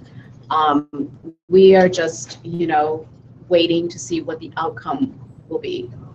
But they are illegal, and as Sergeant Montgomery said earlier, there is a $500 fine associated with it. And again, PD, it's something that, they have their priorities, to be out there issuing summonses to the owners and then confiscating the bike, and then, the e-scooters and tagging them and finding a location. It's a lot of work. Does DOT have a position on whether they believe they're appropriate or not? I can't tell you right now at the moment what our position is, because whatever the outcome is, we will have to, make way to cater for this, set of users. Yeah. Just to add to that, the bill in the state to legalize them was part of the budget. Right. And it was pulled out, apparently at the behest of the Manhattan delegation of city officials who did not want this to be passed right away. So along those lines, not just limited, city officials. It was Ms. Krieger and others, and It was I did speak with her, and I spoke with Senator Hoylman today. Yeah. I think they are willing to come and talk about this. They're up in Albany today. So, we scheduled this. We didn't know, I think everyone thought most people thought it was going to be included in the budget last week, and it didn't make it into the budget. And so that threw this whole event a little bit into chaos. But I think you're right. I think there is a lot of concern about sort of the Manhattan delegation from both the city and the state perspective about what they're going to contribute and how they feel about this. I will say that I know you're more aware of the pilot than any of us. My understanding is that the pilot, if there is something that happens with e-scooters, a pilot will be rolled out. It will not be in Manhattan. So a lot of elected officials are sort of like, well, why does Manhattan care if it's not going to be rolled out here? And I think there's every reason for us to care, given how quickly, if we all remember, I don't think we ever did a community discussion at this committee on Uber and Lyft 10 years ago or 8 years ago when these technologies were coming on the scene. So what we wanted to try to at least start talking about tonight was things that need to be on the radar screen for Colleen and her team when she's thinking about things, for the elected officials when they eventually come, and for the scooter companies. And I think Alex has been at the front lines of this, working in Los Angeles, which is albeit a much different city that has different things going on, but he's working in a city where this stuff has happened, and he's seen sort of what's worked and what hasn't worked, which is why we wanted to just take a few minutes with him to hear his perspective. So I don't know, Alex, are you back, or do we have you back? There. And our slides are up. Alex? No, I feel like he's lost. Alex? He's still there, but we can't hear him. This is the animation, the link to the animation. Okay, so let me just call him, and I'll just call him. And just to add what you said, Elizabeth, it's fair to say that whatever the outcome is, we will have to work with companies just like what we did with bike share. Right. I think we're missing the point a little bit. Alex, are you there? Yeah, I mean, I can hear you guys. It's weird, but now you can't hear me. So yes, we can. No, we can hear you. It's better. We can hear you on the phone. The number I'm calling you on. Okay, great. So that seems like the cellular connection is better than the internet. Yeah, and I think we have the presentation up. Yeah. Yep. Okay. Okay, Capital C, capital A. Are you showing the animation video? No, not yet. Okay, why don't you go ahead and roll that, and that'll give you kind of an overview of what the industry, where the industry is now, and how we propose to do it differently.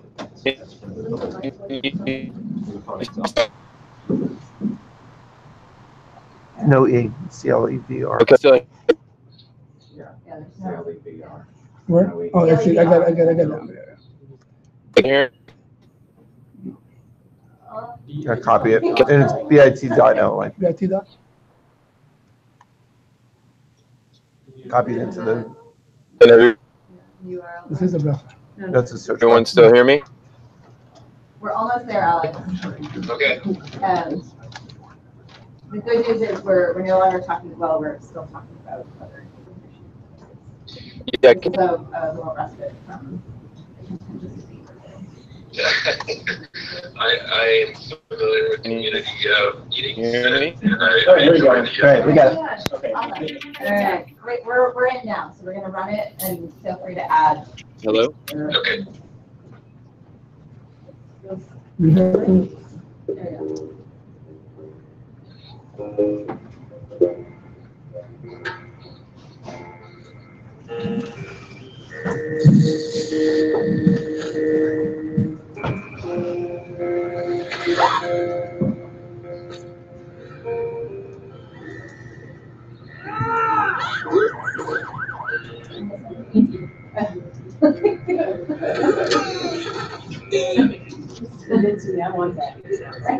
What's your solution to this?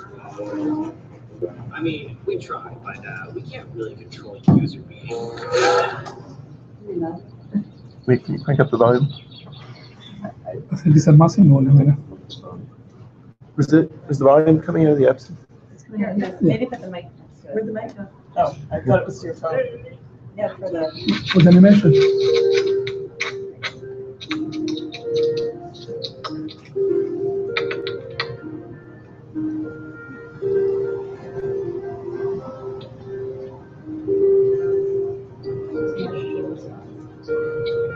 Very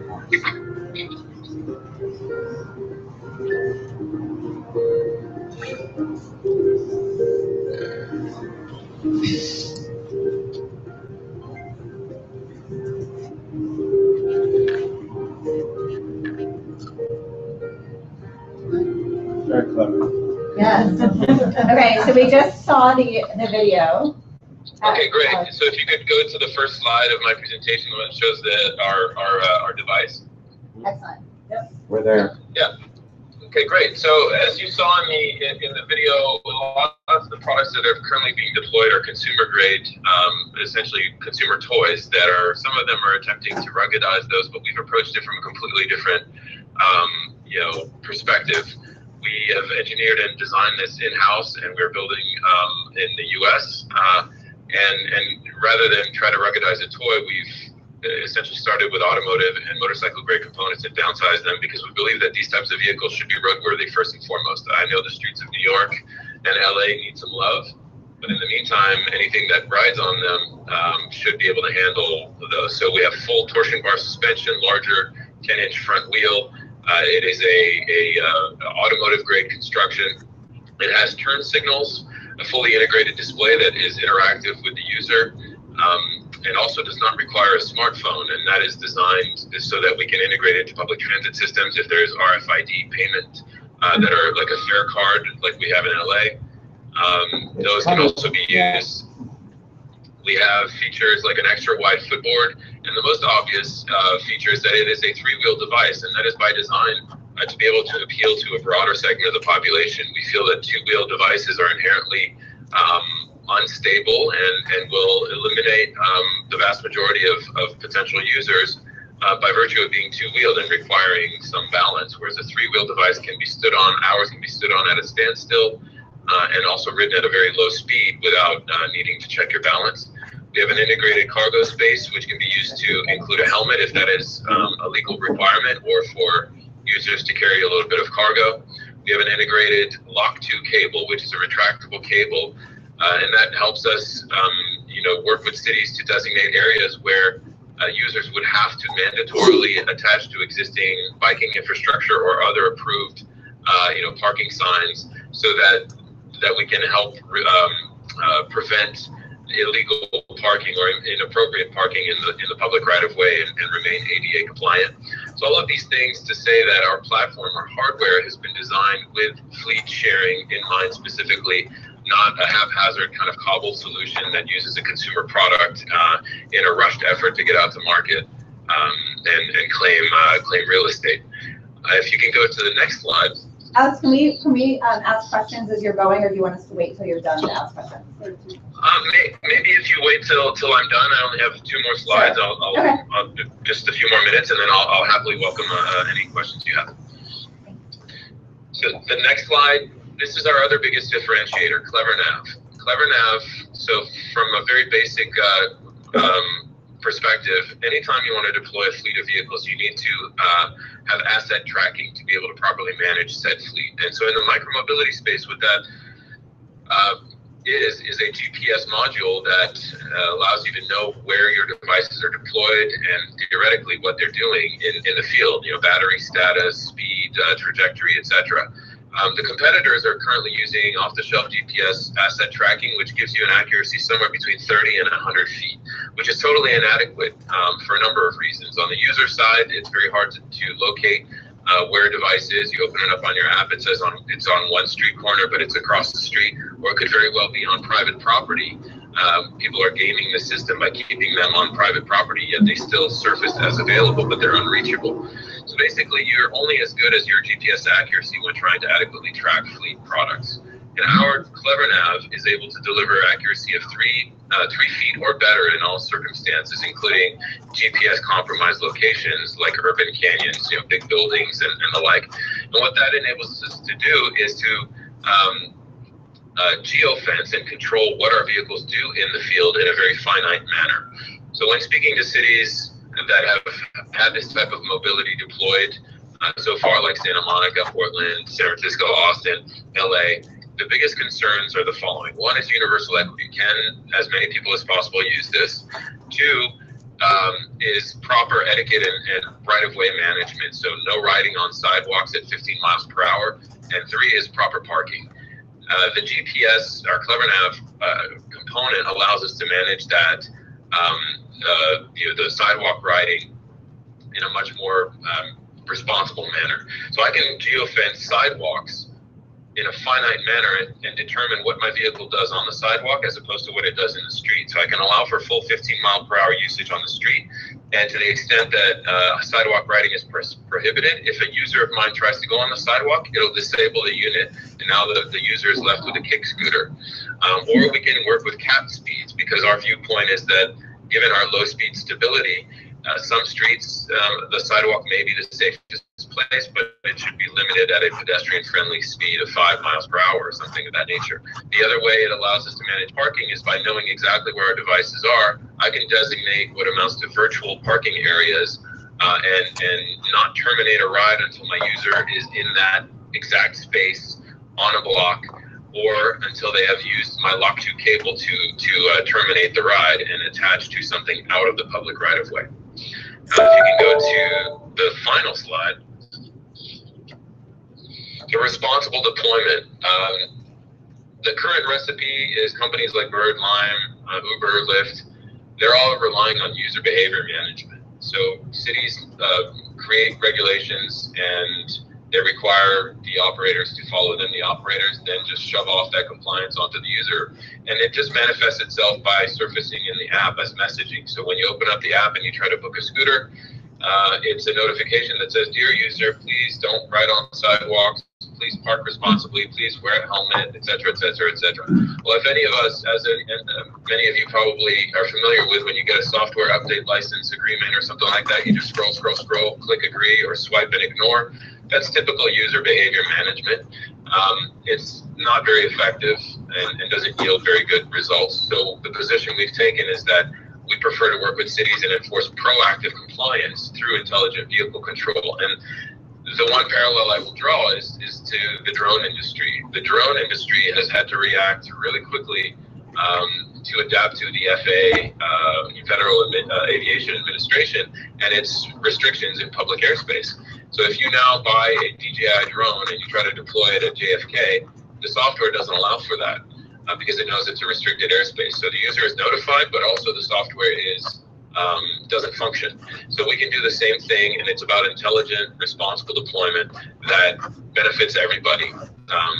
Not just the users, because let's face it, maybe one of the questions that'll come up is like, how is this type of mobility perceived? Well, it's overwhelmingly positive, and it has certainly shown that it replaces car trips, reduces congestion, gives people freedom of movement, extends public transit's effectiveness. But there are, some downsides, and one of those is the fact that it is an impediment in their public right-of-way when it should not be, and we want to fix that. That's a great, thanks, Alex. That's very, very helpful, and I think a good springboard to pivoting to Colleen a little bit, given the conversation about sort of all the potential benefits to the environment, to sort of safety, and to sort of overall reducing congestion here in New York City. I think one of the things we're thinking about is as an organization and as a city is like how they're going to be deployed and what are the rules going to be when they get deployed. So maybe, I don't know, Alex, if you could speak, take some questions, but also I think having a perspective of like how it's being rolled out in Los Angeles and how and where they can be used, e-scooters in general, and then maybe contrasting that with what the city is thinking about or what you envision, Colleen, will eventually be happening here in New York. And then maybe we'll start with questions, but then have that be a session. Okay, so a couple of quick questions. What is this? How fast can these scooters go? Is there a governor on them that won't let them go any faster than a certain mile per hour? I heard what you said about sidewalks. What about in streets? Yes. Well, most cities right now are requiring a top speed of 15 miles per hour. Washington, D.C. has a 10 mile per hour top speed. But by and large, it's industry-wide, or it's set at 15 miles per hour in bike lanes and on streets. Okay, thanks. And my last question is, do these scooters emit any kind of sound for those who may be visually challenged and won't see it coming? That's a very good question. No, they do not, unless we make them have a sound. And our unit will have a sound and fully equipped with a speaker, and we will have sound that's emitted, and that is variable based on the speed at which it's traveling as well. Great, thank you. Along with a horn. Yep. Thanks. How do they get charged? That was my question too. How do they get charged was the question. Oh, I'm sorry, what? How do they get charged? How do you charge the batteries? So that's another great question. So the one of the biggest inefficiencies of the way Bird and Lime are deploying right now is that they have integrated batteries, which means that their charging operations involve going out and collecting all of the scooters, typically with diesel vans, which idle and aren't very good for the environment, collecting all of them, bringing them back to a central location, recharging them, then redeploying them. Our scooter has a swappable battery that has a 50-mile range. Charging operations involve just deploying e-bikes with cargo containers on them with fully charged batteries and replacing depleted batteries out in the field.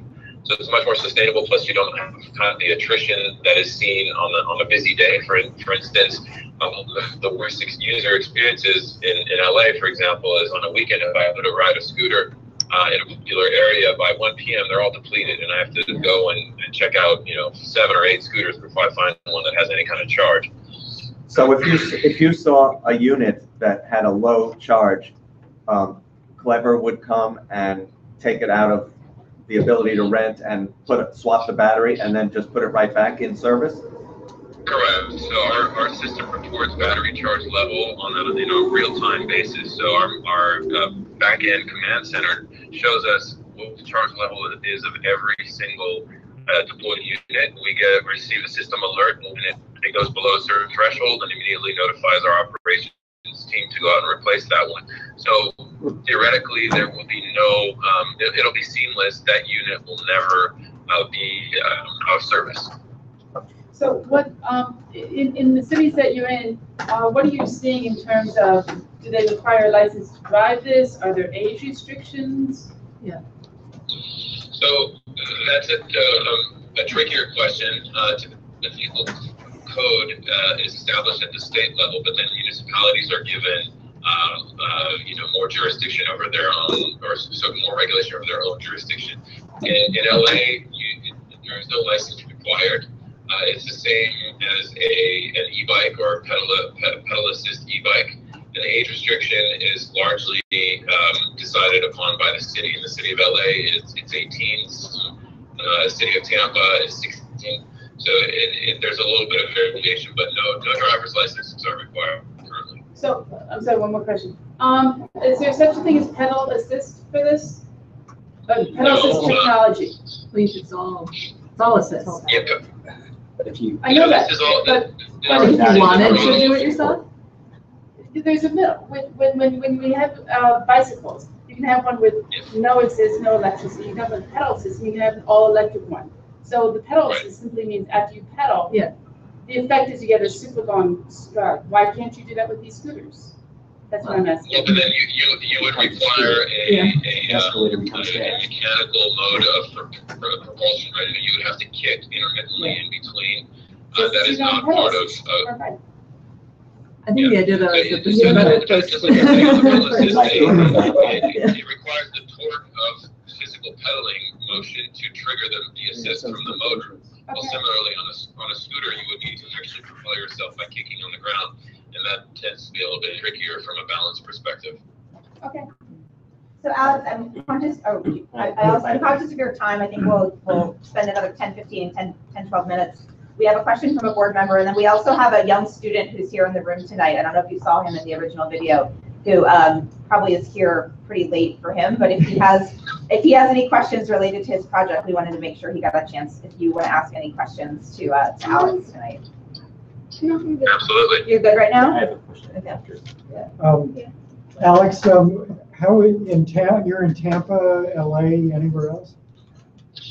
No, we actually have not yet deployed. We are in the final stages. We have a permit issued for the city of LA. We will be deploying in LA this summer, end of June. And we have a pilot also in Ontario, California, where we're working directly with the city as part of a transportation grant. because they have a mandate to underserved communities. We are not yet deployed anywhere. I've been working with LA DOT for 8 months now, working with them on their mobility data specification, which is kind of the data reporting side of things. But we have not yet deployed, but we have permits that are in place and ready for us to deploy when our vehicle is ready, manufactured. And does your business model differ dramatically from birds or Lyfts? Yes and no. So initially, as I mentioned, most cities are setting in place pilots as a framework to kind of test this type of technology, and that gives cities the flexibility to say at the end of the pilot, no, we don't want this anymore, end of story, take your and leave. So we're participating in those to the extent that we can. In LA, that is the case. In Portland, that is the case. In Kansas City, that is the case. But in all of those situations, are in discussions with the city to, at the end of the pilot, then transition to something where the city takes more ownership of it. So in the way that in LA, for example, our bike share system is called Metro Bikes. It is owned by the city of LA. It is called Metro Bike, but it is operated by a company called Bicycle Transit Systems. And so basically it's fully integrated with the city public transit system on the tap card. And is an extension of it. And so that's the role that we would want to really work towards. So our business model is to become a public-private partnership with revenue share with the city. But initially, some cities are taking more of a wait-and-see approach, and they're going through the pilot process. So as a way to get into the conversation and prove that our platform is more responsible and better than others, we are going through the pilot process. The objective of becoming a P3 type of scenario. Do you know of any cities that have done a pilot and not then proved it, like said we don't want this? Yes, more on the dockless bike share. I think Dallas was one of those. They had a pilot and then it became it was just out of control, and they kicked all of the dockless bike share out. So that was Dallas. The electric scooter ones, it's yet TBD. I think Portland had a first pilot. They're re-upping it to a 12-month pilot because they want more information, but the response has been very good. So yeah, not on scooters yet, but on other mobility, yes. Alex, I have a question.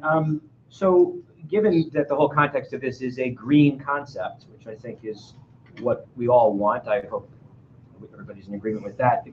With regard to the batteries, it's a multi-part question here. What kind of batteries are they? What are their life expectancy? What's your plan for recycling?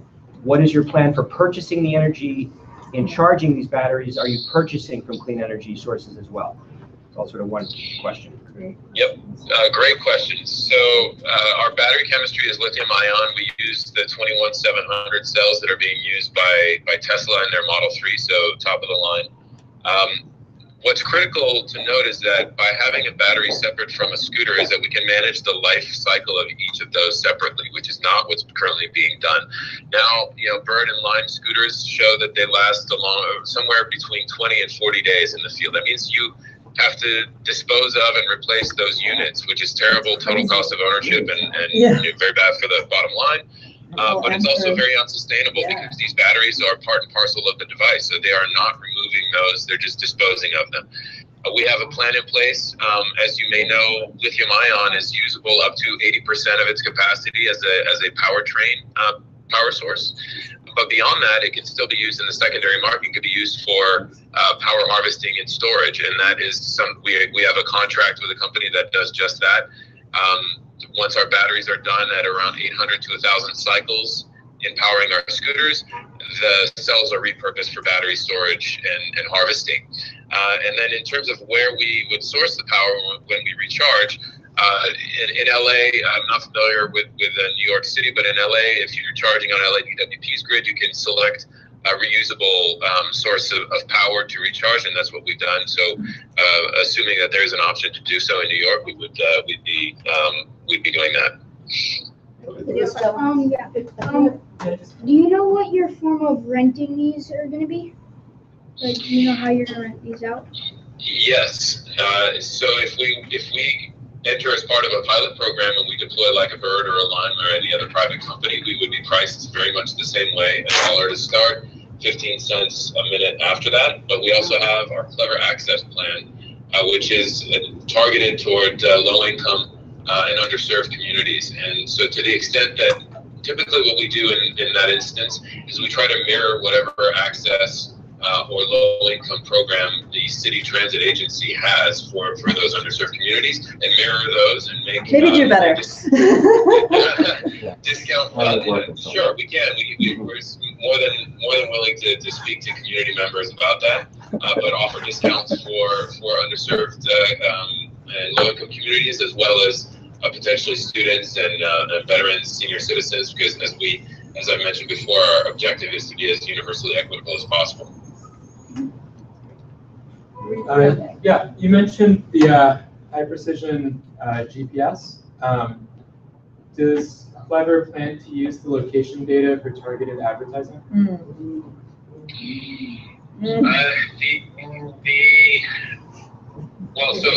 So we're collecting information directly from our device, right? And so the exact precision of location tracking that we're doing is on the device itself. Do you plan to merge the data with the data from the devices for targeted advertising?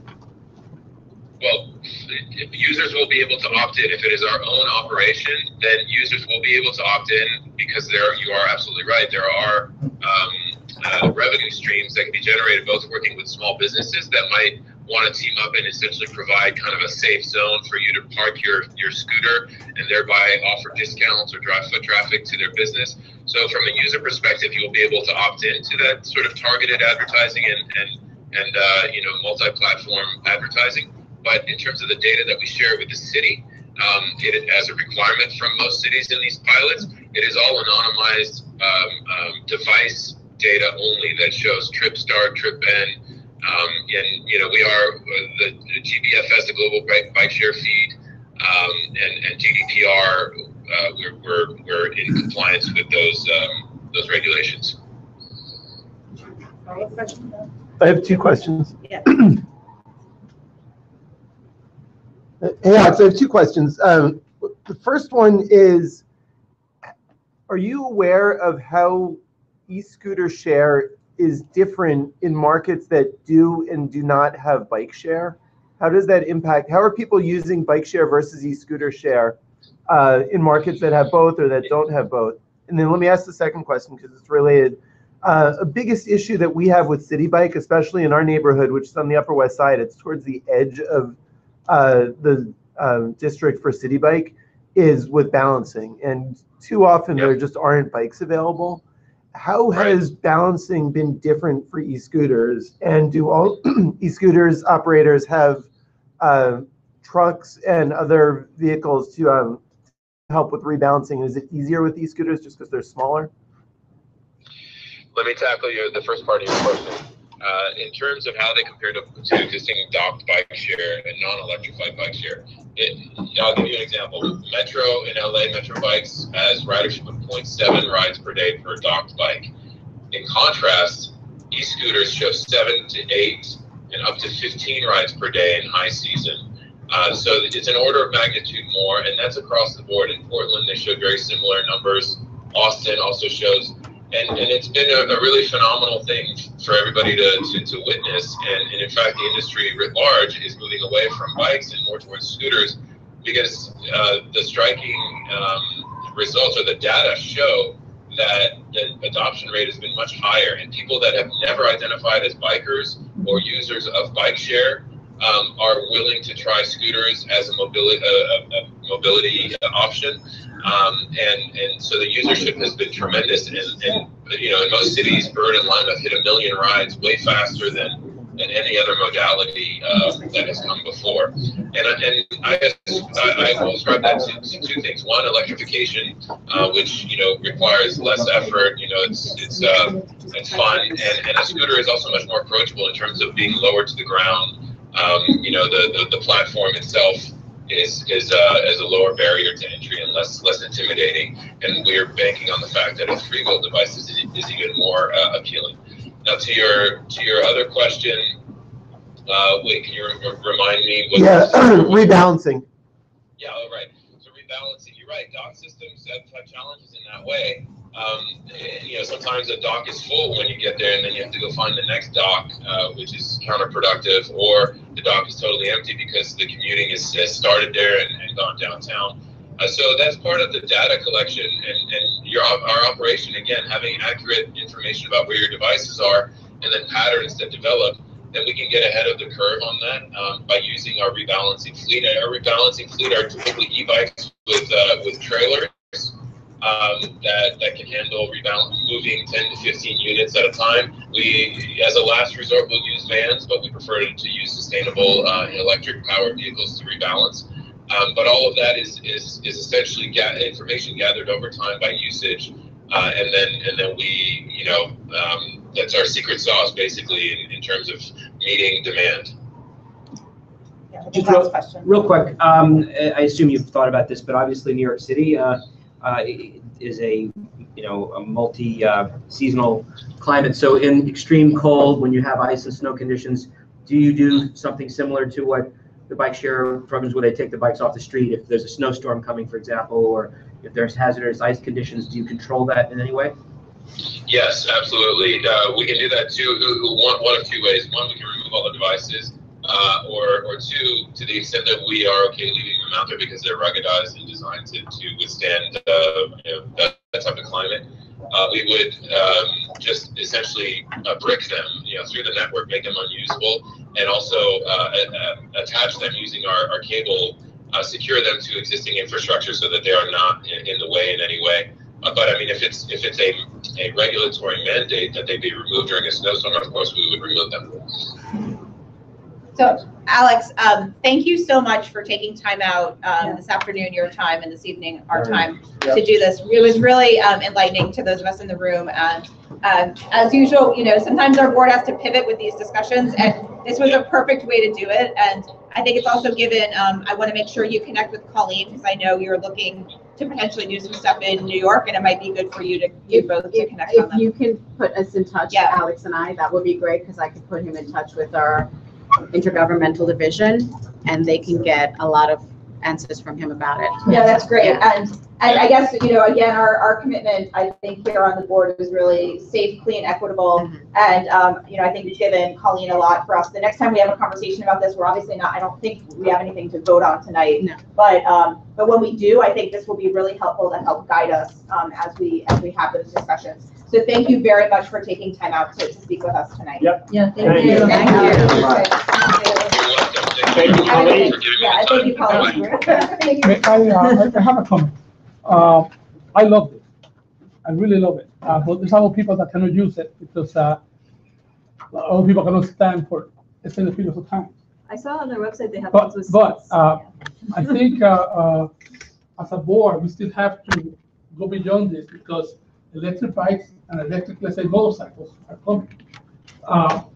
We have a lot of electric bike use here in the Upper West Side. I see a lot of electric motorcycles used in the Bronx for deliveries. And we are having, and I think those are coming because the delivery people are going to be using them. You mean like mopeds? Yes. Yeah. And that's something we're going to have to also think about that as we did with all these. I have a BCI meeting. Talk about it. Oh, we will. Yeah. We will. Yeah. So one comment I have is there are shades of gray, and I think what he showed is a really responsible e-scooter.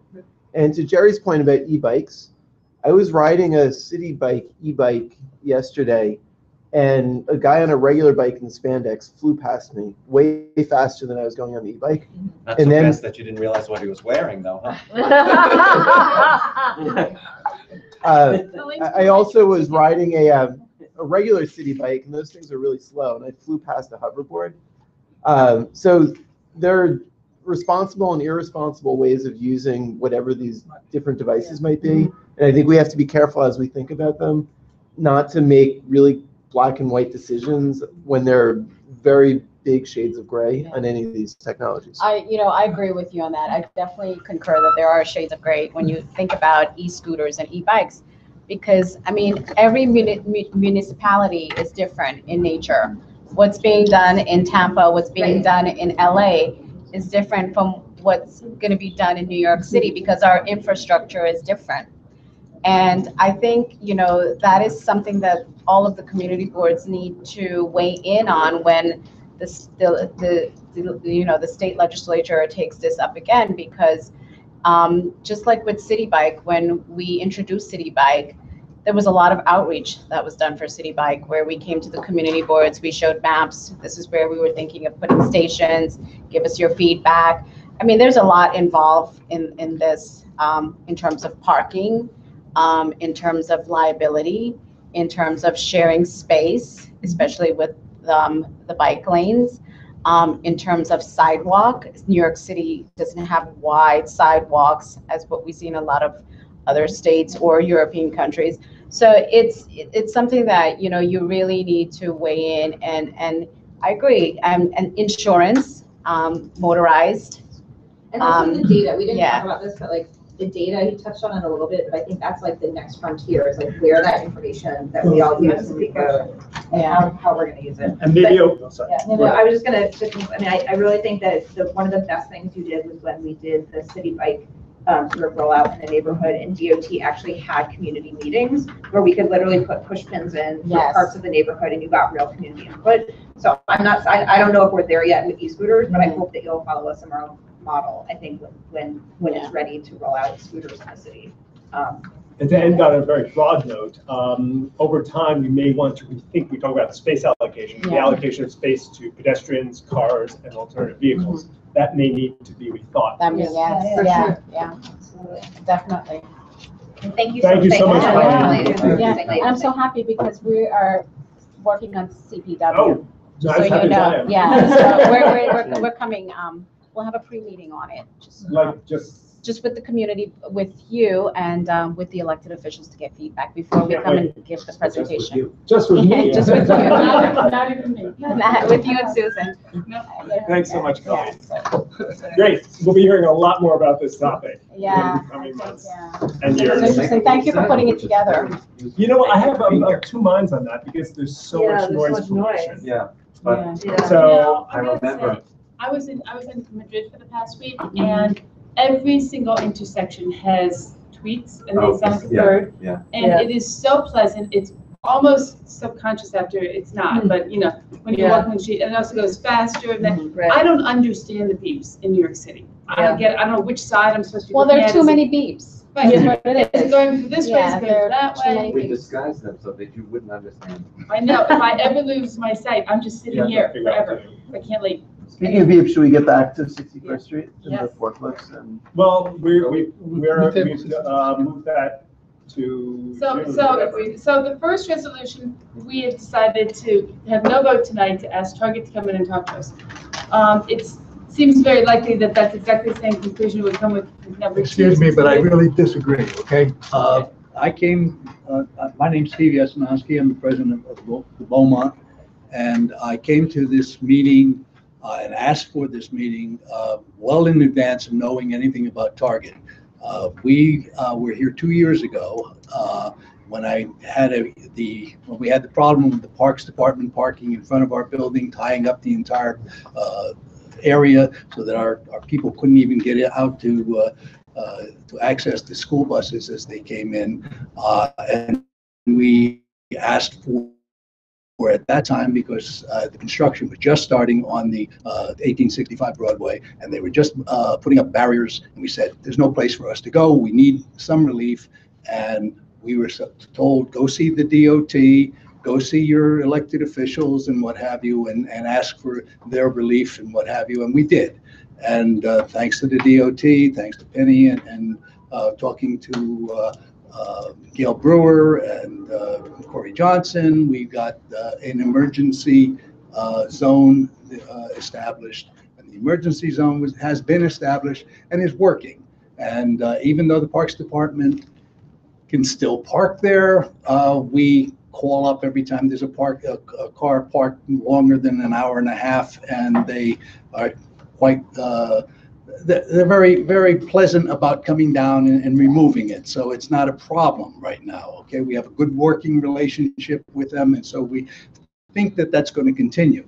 We know, however, that all of these Parks Department employees are waiting with bated breath until the barriers go down and this changes so that they can come in and park it all night again and leave the cars there. So, and we're back to this all over again. Unless we change, unless we have at least permanentized that zone that allows us to say, okay, it's no parking all the time. And then I can go to the Commissioner of Parks Department and I can say, hey, your guys are parking overnight. Do they really need cars? Which is what happened last time when they came back and they said, you know, this is not going to work. Yeah. So your point is that target, no target. Target, no target. We need a no parking zone. Absolutely. Now, we need it for a couple of reasons. The major reason we need it for is what I just described, is that fact. The second reason, of course, is it's not, I don't care whether it's Target or not. We have now a receiving dock directly across the street from us. Okay, so our front door, and I have pictures to show you that, but directly across the street is the loading dock for that building, regardless of who goes in there, okay? So every time somebody comes over and our street has been filled with trucks coming out, climbing up on our sidewalk, going in and backing in. That's a normal process for them on a daily basis. And, you know, as I said, we have pictures showing that. How you could have cars parked there without, you know, and allow for any kind of trucks to move in on a 34-foot street is impossible. With a 35-foot truck coming around and trying to pull in, he's still got to have to swing all the way into the end of the street. I totally agree. Yeah, I have no problem with it. So I was just gonna say, as a philosophical matter, I feel like we are constantly trying to, you know, create more space on our roads, and we often have neighbors against that. So to have. Yeah, I mean, I felt the same way. I said, gee, you know, we're a residential building that's asking you, please, please, please take away our parking. Right. We don't want the parking. Rich has a question. Yeah, go ahead. It's a general thought for us to think about, you know, and great that Target might be coming in, but this seems like the same issue that we had on 90th Street with, what was it, Face Value and Beyond, that they did all their construction, they made their building, and then after the fact came to us basically with an ultimatum and a threat saying, you know, we're going to be breaking the law unless you give us what we need. And we're going to disturb a lot of residents unless you give us what we need. And these guys came in, they built an entire building with no concern whatsoever for the impact on the neighborhood. And now we're given a choice. And what Howard was saying before is they're going to double park if we don't give them a loading zone. So we better give them a loading zone. And I don't. Yeah, but we've I also don't been think we should be advocating for threatened where loading they're going to zones. illegally park. But anyway, we're not talking about the Okay. loading zone. We're not talking about loading zone, we're talking about the south side parking. At this point, I want to divorce that from the loading zone. Because I'll fight the loading zone, but at this point, I'm really, really interested in getting your approval and pass on to the I propose a resolution to support their request. I Second. Thank you very Yeah. much. Okay, appreciate it. How many feet are we talking about? No, it's currently in place, so it would just be. Yeah, we're asking for what's currently in place to continue. To be made permanent. That's all we're asking. We already approved. All those in favor? Sorry. Question. So this is completely separated Oh, you from can vote. the Target. Right. area. Yes, this is a separation. But as a practical matter, it's going to make it. Target is not applying for this. They're not. No, This is separate from okay. Target. Also makes sense with so much congestion. Yeah, Right. exactly. The gentleman in the back? The one point he brought in, when they bring the trucks in 35 feet, they go over our sidewalk. Obviously, we don't park, nobody can park there anymore. And it's like 24/7. And we, in our building, my son is grown up, so he moved out after 20 years. But it's, little kids are standing there to take school bus in the morning. And I don't see them care about anything when the trucks comes in. And there's no enforcement of anything. And it's pretty dangerous. That loading dock is pretty dangerous. And it's a building where a lot of little kids are growing up now, showing up. But when I moved in, there were not many. Now there's too many of them. So these are long trucks that will be. Community board has to be responsible for the safety for the kids. And I think clearing up these spots permanently would make it. Yes, I really appreciate it. Thank you very much. We're talking about 30 West 60th. No, it's 61st. Please make that correction. Please, yeah. Thank Because you. on the south side of 60th. And No, that no. makes no sense. That was a typo. It's actually 61st. Yeah. What's number Number two. My resolution is for 61st. I did want to make one other point, because they made a very big thing about the box trucks going in and what have you. Everybody recognizes that that's going to be a new building, and you're going to have moving trucks come in there. Moving trucks are not box trucks. They said that they would be using the same loading, We receiving. also have to, like, when we So- moved, we had to transfer onto small trucks. Right. So Well, they might do that. they may have to do that if you tell them to do that, but right now they don't, and that's why we have to care about the fact that whether or not they're going to go up on our sidewalk. The trailers going to visit those, loading zones. But again, that's been delayed for the next meeting, yeah. I just want to mention the hours that were spoken about the loading zone. So there's, Target expects certain hours, so it's kind of clear that that's not going to be enforced, certainly not by them. It's their expectation.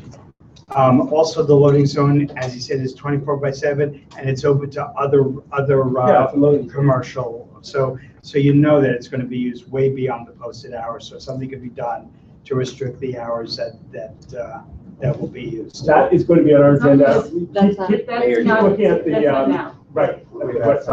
But for tonight, what is before us now is a resolution to make that no parking permanent, to improve the traffic on the street.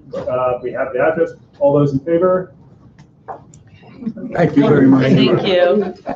Thank you very much. Thank you, we appreciate that. Now, our vote is just a committee. It doesn't have to- I know, we know, will be at but we the, appreciate your vote nevertheless. Seema? Yeah. No. You have to look at the website.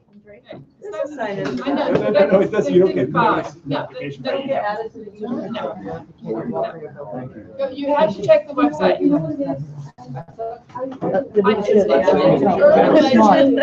That's not for generation. It's just a lie.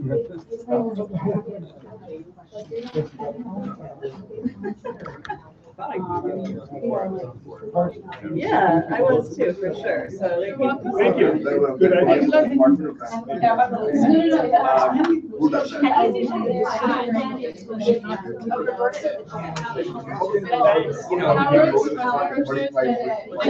Are we done?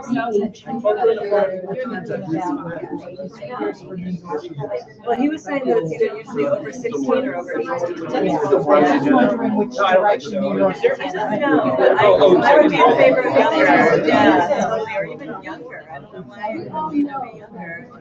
Yeah, I mean, a racer scooter. Yeah. I do a lot more damage. Right, it's like a 4-year-old. Yeah. Okay. Yeah, well, he was saying 16 or 18.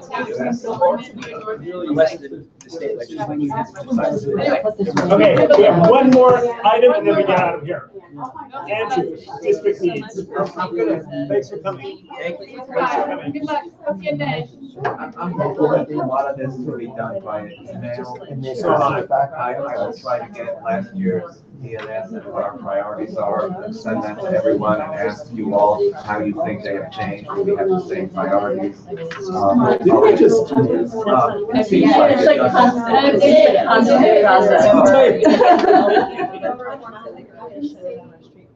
You know, want to discuss things that we have not put as our priorities that we may want to include this time. I think one of the new things, and it won't be in effect until next year, but the effect of is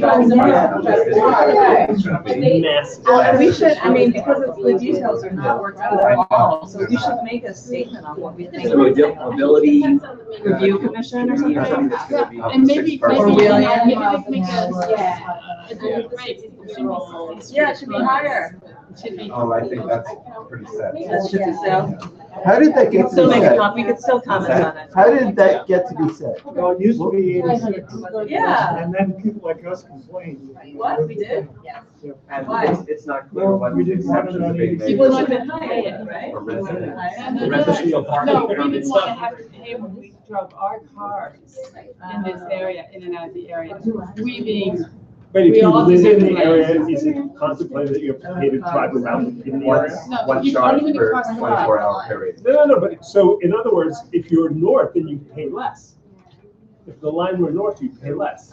And if you don't cross the You boundary. didn't cross the line. If you didn't cross the line. Yeah, Right. yeah, yeah. So why are you But driving if also- you have to cross the line? But also the fact is that people that are coming in, Go ahead. I mean, I think the opposite, so people that are coming in from New Jersey or wherever, and that's the boundary, Yeah. they're going to park there or, and avoid and get onto public transportation. Yeah. And we're gonna I'm have, not sure it Well, makes there's no any, I don't know that you'd be public stupid enough to try to come into an area you know is already saturated, cruise around looking for a parking space, maybe Have you have to met go many into New a Jerseyans? garage, which costs as much as the congestion zone, Yeah. Much more. and then get on an already overcrowded train. I mean, maybe, but I still, but regardless of congestion pricing, I've been saying for years, I can't believe we don't have residential permit parking.